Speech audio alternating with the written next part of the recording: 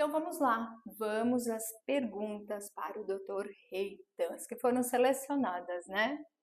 Dr. Reita, qual o impacto que a tecnologia representa nas cirurgias oncológicas, inclusive quanto à contribuição para a busca da cura e melhoria da vida dos pacientes? Essa é uma boa pergunta, porque não tem dúvida que se eu comparar o que a gente fazia 100 anos atrás, 50 anos atrás, mesmo 20 anos atrás, né, ou 10 anos, que é um passado bem próximo, melhorou muito e boa parte tem a ver com a tecnologia. Tanto porque a tecnologia ajudou a entender melhor, a desenvolver a técnica, a fazer outras coisas, quanto ajudou a gente a operar melhor, né? Você ter menos trauma dos pacientes, trauma no sentido da agressão física, não Sim, do psicológico. Eu acho que o psicológico continua sendo difícil, continua, porque a cirurgia nunca vai ser uma coisa fácil, ainda né, mais de oncológica. você fazer. Então, assim, continua sendo difícil.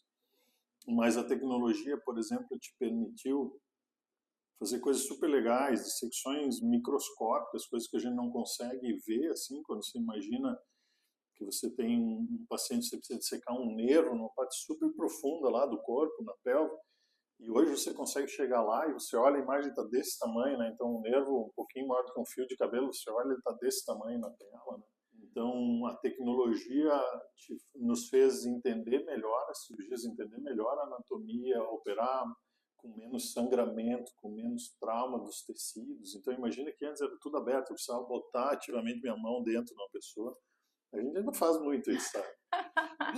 Eu confesso que tem até um prazer meio esquisito com isso. Olha só, totalmente diferente, né, pessoal? Pelo menos das minhas áreas de atuação, ficar imaginando uma situação dessa. Mas Mas, ainda bem que existem os profissionais. mas é um pouco artesanato, sabe? Quando você Sim, gosta de fazer uma coisa, é sim, engraçado isso, né? Então, mas enfim, quando você está operando hoje, a gente tem conhecimento de coisas de anatomia, a gente chama de microanatomia, que a gente não conhecia, porque a gente vê hoje com uma câmera que aumenta 20, aumenta 30, né? nossa, Então, você consegue diminuir muito o trauma no sentido do dano que você causa, que você não queria causar, sim, que obrigatoriamente você precisa. Então, por exemplo, com a laparoscopia, a gente parou de fazer incisões, às vezes que eram tipo de cima até embaixo no abdômen, para fazer 3, 4 furos de 1 centímetro, de meio centímetro. É, então, é lógico que esse é um paciente que se você opera com cirurgia aberta, leva 2, 3 dias vezes para sair da cama, para se movimentar, com laparoscopia, às vezes 6 horas depois o paciente está caminhando, com cirurgia robótica também. Então, a gente consegue entregar a mesma cirurgia com menos trauma, digamos assim, com menos agressão para o paciente. E o que melhorou muito, a tecnologia ajudou muito, foi a qualidade de vida dos pacientes. sim, Melhora muito a qualidade de vida. Então, você sangra menos, você recupera mais rápido, entendeu? Se você tem menos dor, você caminha mais, você recupera mais rápido, você volta para o trabalho. Né? Para uma paciente que tem um filho, você segura o teu filho no colo. Para alguém sim. que precisa fazer, sei lá, eu gosto de ir para a praia, você vai para a praia antes. Então, essa entrega, em boa parte, foi por causa da tecnologia, da incorporação das coisas, né? E hoje tem coisas super legais por exemplo, hoje às vezes você vai fazer uma cirurgia e com realidade virtual aumentada, você pode olhar um rim, assim, um órgão que seja, e você tem alguma coisa dentro, sabe quando você olha de fora e você consegue, por exemplo, nessa mesa ver através dela e saber o que está lá Uau, atrás? Então, às vezes, isso são coisas que estão cada vez mais frequentes, você consegue fazer um ultrassom do transoperatório. Então, sim. ele vai te dando superpoderes, assim, bem Olha aí, ó. engraçado. É uma parte artesanal com superpoderes, É né? isso aí. Então é super legal. E antes imagina que eu ia ter que abrir essa mesa inteira para achar e agora eu olho e eu Sim. sei que está lá sem abrir a mesa, né? Antes de eu começar a cirurgia. Então é super legal. E o Tecnologia, preparo? você diz do treinamento, É, assim. aham, Então, o treinamento está cada vez mais longo. Se você imaginar que na década de 60, 70, um médico terminava a medicina e ele ia fazer o que ele queria, né? uhum. Ele ia virar cirurgião, ia praticar cirurgia.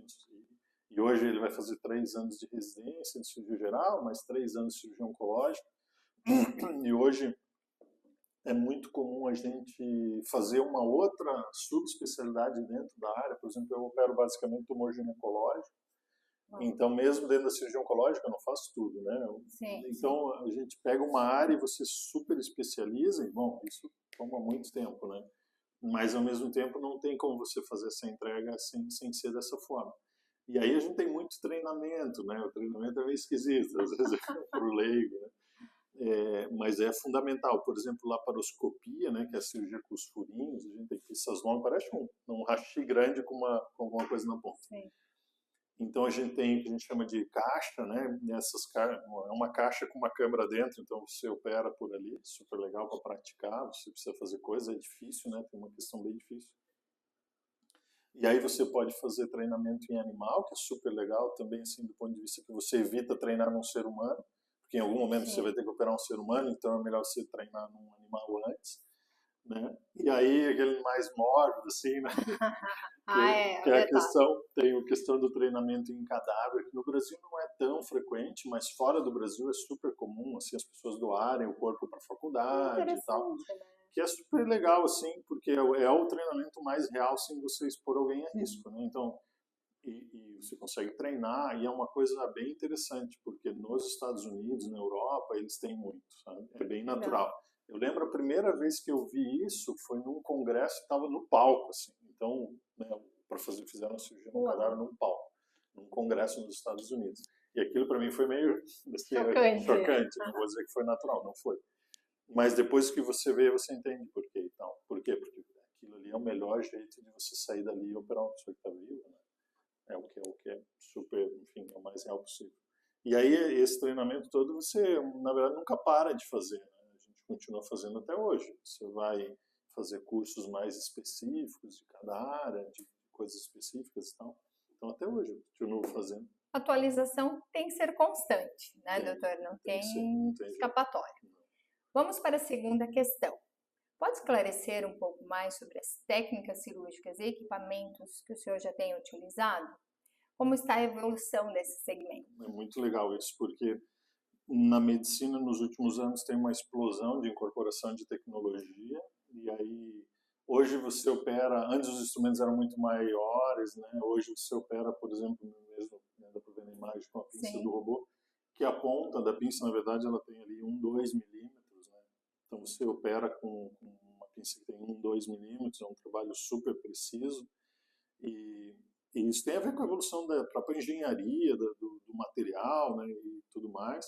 Hoje uma coisa bem legal que eu diria assim, que é o que está começando, e daí a gente vai voltar a fazer aquela cirurgia só com um furinho, né? Sim. Que porque como ela manualmente é muito difícil, imagina que você pega aqui e passa três rachis num buraquinho de 1,5 centímetro e tenta fazer alguma coisa atrás, é super difícil. Só que agora o que veio aqui, o robô incorporou o que a gente chama de single pot, que é tipo uma entrada única, e as pinças entram dentro do paciente, elas abrem e você opera como se fossem, tipo, assim, uma situação muito natural. Né? Antes não, antes era você brigando com um buraquinho e 3 pincinhas, assim, ou 3 palitinhos. O que para uma coisa super simples talvez funcione. Agora não, a gente consegue. Então, num futuro muito próximo, a gente vai conseguir entrar e fazer qualquer cirurgia no abdômen ou no tórax, com um furinho de 2 centímetros, onde você vai entrar com 4, 5 instrumentos diferentes pela mesma incisão.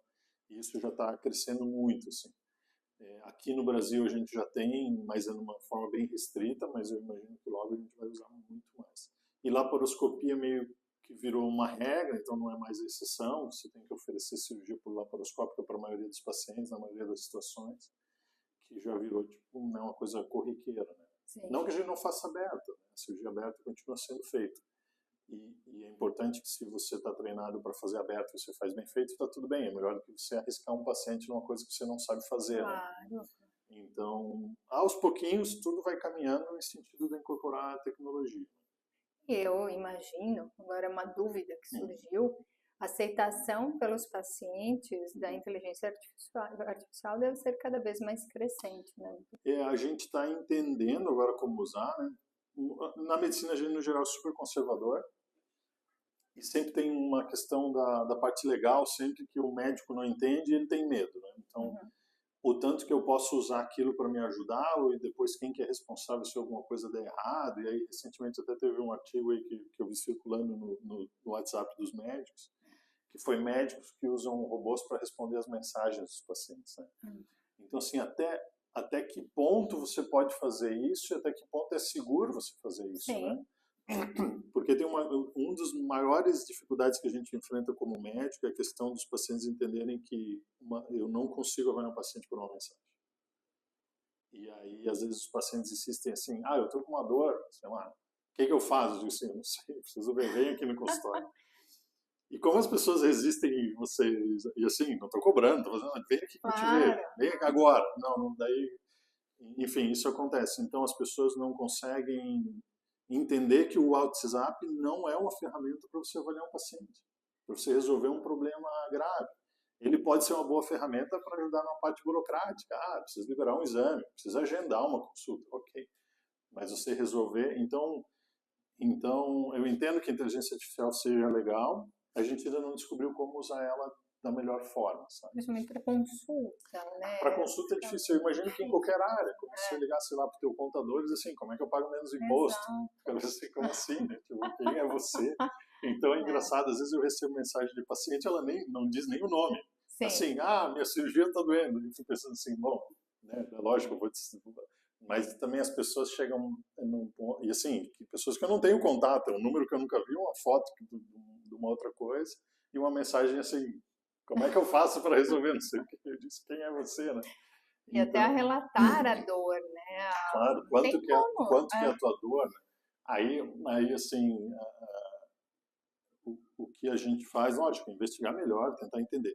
Mas eu diria assim, a gente sempre está no risco de errar quando você erra mesmo vendo o paciente, você pode errar. Sim. Né? Isso pode acontecer. Imagina você simplificar todo o caso de um paciente a 4 ou 5 palavras. E colocar numa inteligência artificial. E daí artificial. você dizer que vai resolver, não vai. Então a própria IBM, né, e o Google desenvolveram softwares para medicina e inteligência artificial, que era o Watson, que era da IBM, que era tipo como se fosse um médico virtual, e eles tiraram do mercado. Uhum. Porque o que você tem que imaginar também em medicina é assim. E eu costumo dizer para os pacientes assim, o que é um bom exame? O que é um bom exame? É um exame, quantas vezes ele tem que acertar de 100 para eu dizer que é um exame bom? Sim. E aí a maioria dos pacientes vai me dizer assim, tem que acertar, sei lá, 90% das vezes é um bom exame. Vamos colocar 99% das vezes. Isso quer dizer que ele vai errar 1% das vezes. E aí, se você erra 1% das vezes, é um problemaço em medicina. Sim, com certeza. Né? Então, digamos que o Watson acertasse 99% das vezes. Se ele errar 1%, exato. Tipo, isso é um problema muito grande. Então, não dá, né? Então, é que nem eu dizer assim, um táxi agora que anda com inteligência artificial. Quantas vezes ele pode sair sem bater em ninguém? Isso é 100%. Né? Ele pode errar, sei lá, 1 em 1 milhão. Ele tem que errar menos do que um humano. Sim. Enquanto ele errar mais que um humano, você não deve usar, né? Até porque tem os riscos ao redor, né? Então... Imagina, não tem como, né? Então, eu acho que vai acontecer, está melhorando, ainda não chegamos lá. Mas estamos a caminho. Estamos a né? caminho. Pergunta número 3. Dr. Reiter, sabemos que o tratamento do câncer passa por uma cirurgia oncológica, quimioterapia, radioterapia e tantas outras especialidades médicas. Como a interação dessas diferentes abordagens melhora o resultado da cura, tratamento e recuperação dos pacientes? É muito legal, né? É uma boa pergunta. Bom, primeiro, em relação à cirurgia, 80% dos pacientes de câncer vão precisar de cirurgia em algum momento do tratamento. Então, ainda é o tratamento mais realizado, é a cirurgia. Sim. 75% dos pacientes com câncer inicial vão ser curados com cirurgia. Então, ainda é a melhor ferramenta. Provavelmente é a mais barata proporcionalmente aos outros e ainda é a que cura mais. Né? Em um cenário ideal, que as pessoas fazem prevenção, que os pacientes procuram médico quando precisam, ainda é o grande ramo que você diz assim, olha, isso aqui é o mais importante que eu tenho a oferecer aqui para curar mais gente, né, e evitar, enfim, que as coisas piorem. Claro que a quimioterapia melhorou muito aí nos últimos, é impressionante o que está acontecendo.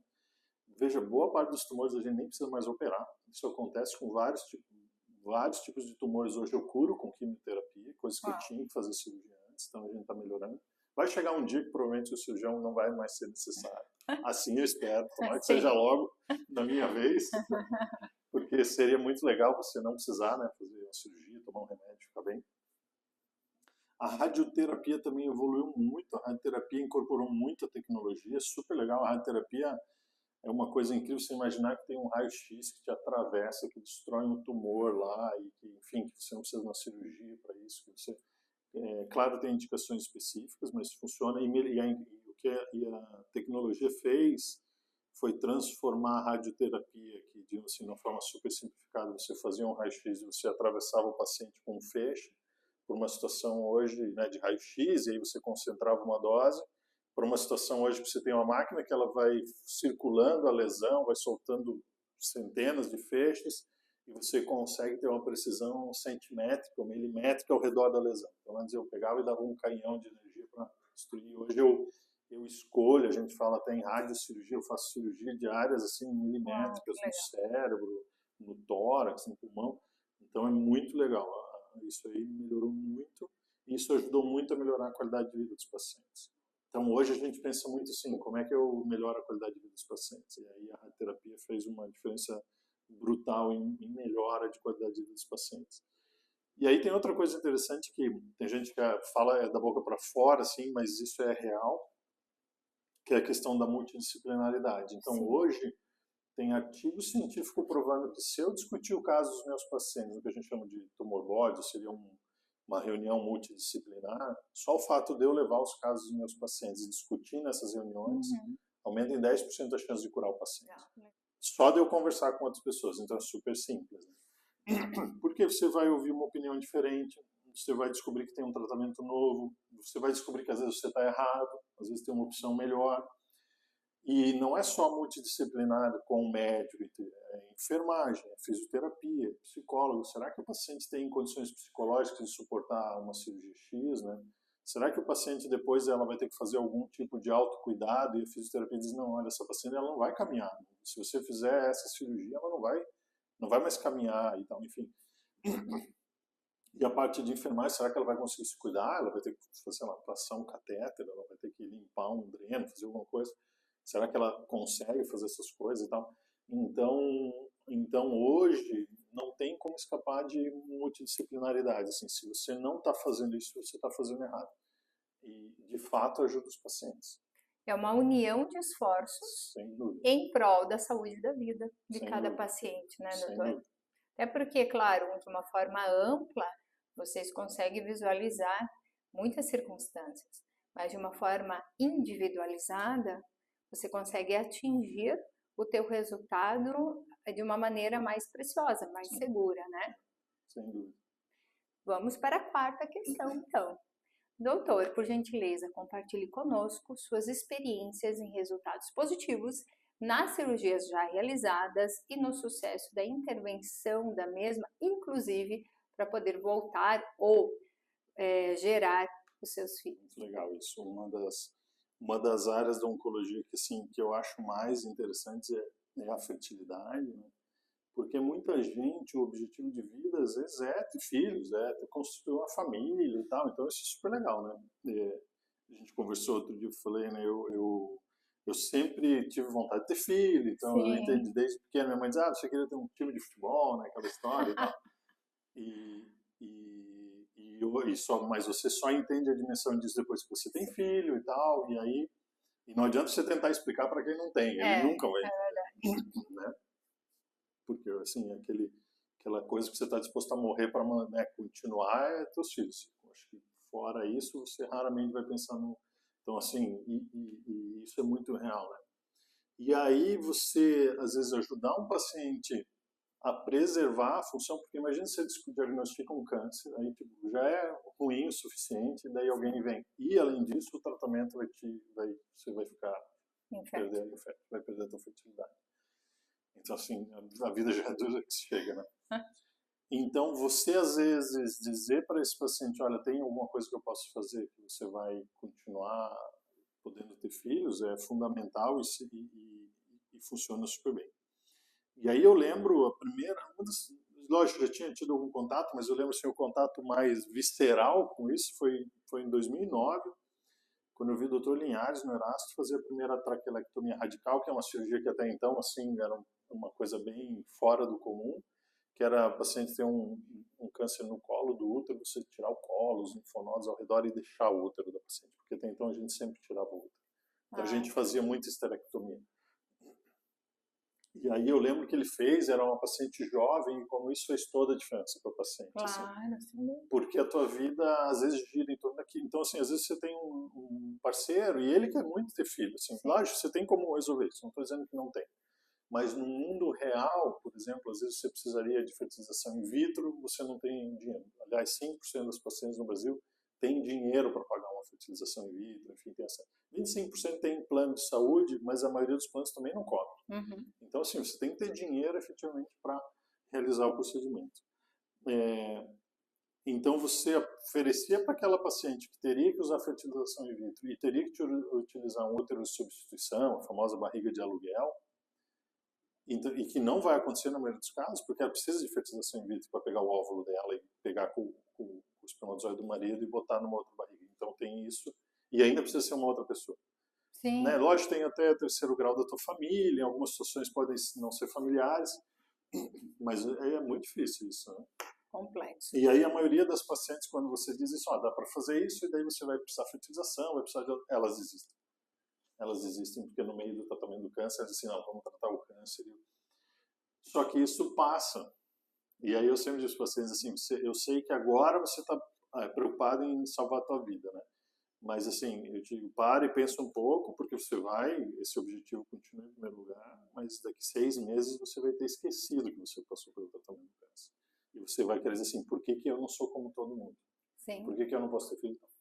História longa, né? Mas aí é por isso que eu senti que a fertilidade era assim, sempre foi super relevante para os pacientes. E aí a gente passou a oferecer essa cirurgia aqui mesmo no SUS, veja, a gente fazia isso no SUS, né? Não cobrava, não tinha isso, não era o objetivo, né? E aí desde 2009 a gente passou a oferecer essa cirurgia, e eu acho que é um dos lugares do Brasil que mais faz essa cirurgia até hoje. Aqui em Curitiba. Aqui em Curitiba, no Erasto, né? E a gente faz em outros hospitais também.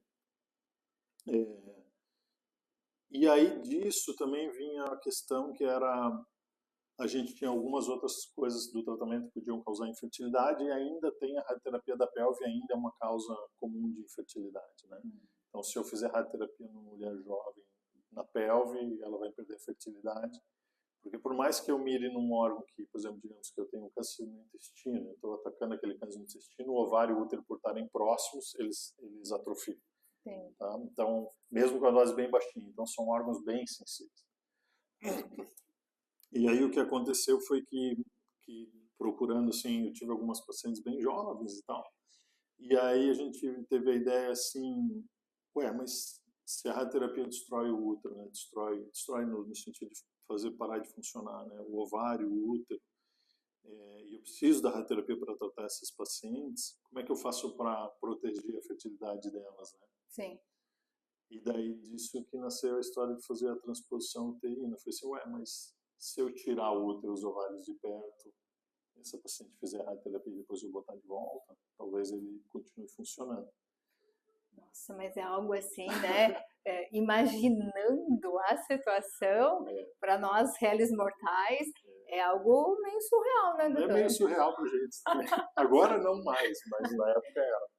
E aí eu lembro que eu tive essa paciente, que era super jovem e tal, e para ela era fundamental preservar a fertilidade. E aí tem uma questão da família, né? Para os pais querem ter netos, né? Então tem um monte de coisa envolvida. E aí a gente fez esse primeiro caso, acho que em 2015, se eu não me engano, vai fazer 10 anos, em que a gente tirou o útero, o tronco ovário, tudo e botou na parte de cima do abdômen, aqui na frente do estômago. É isso que eu ia perguntar, tira, mas e aí? Daí você deixa aqui dentro, assim, na parte de cima, e tem uma condição anatômica que te permite fazer isso, porque os vasos do útero dá para você tirar da pelve e botar bem alto, assim. E aí a paciente vai para a radioterapia, faz a radioterapia e a gente põe de volta depois. E aí de lá para cá a gente passou a chamar a transposição uterina, passou a oferecer essa como uma opção aí, que depois deu certo, né? Hoje a gente tem algumas crianças e tal.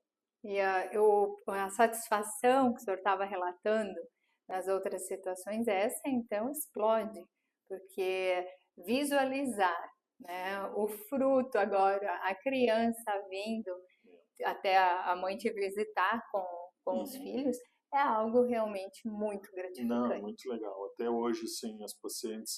lógico, como isso foi feito num contexto de pesquisa também, aí tem outras coisas que a gente pode conversar depois. Mas acompanhar esse processo, né? Você vê uma criança saudável crescendo, né? Uma família constituída e tal. Então é diferente, assim, né? Não é só você tratar o paciente, é você pensar daqui lá na frente, né? Como é que vai ser, como é que ele vai estar e tal. Então é super legal, super Tem uma gratificante. ideia aproximada de quantas crianças já nasceram aí? Veja, a gente começou em 2015, publicou em 2017 e começou a criar volume em 2019. Então é lenta, porque você precisa passar por um monte de coisa regulamentatória e tal. E aí a gente terminou a primeira fase do estudo em 2021. De lá para cá tem 5 bebês de 16 pacientes que foram operados nessa época. Legal. Outra coisa que é legal disso é que muitas dessas pacientes, agora a gente está operando adolescentes, então elas nem pensam em ter filhos. Sim, nesse momento não, né? Sim, entendeu? Então elas vão tentar ter filhos daqui a 10 anos. E daí quando a gente pega todas as pacientes que operaram, mais ou menos 30% tentou ter filhos. As outras ainda nem estão pensando. Sim. Elas estão na universidade, a vida delas é outra. Né? Elas vão querer outra ter filho fase. com 30. E são mulheres com 18, com 19 anos e tal.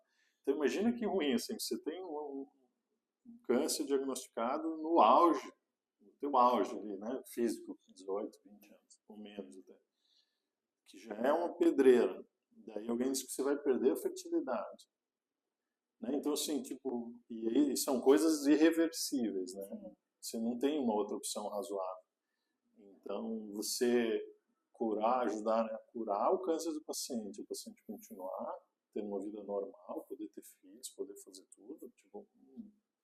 É que eu vejo o diferencial que nós estávamos comentando anteriormente, de não se contentar única e exclusivamente em ser um estudioso na época da universidade, saindo simplesmente um médico, né?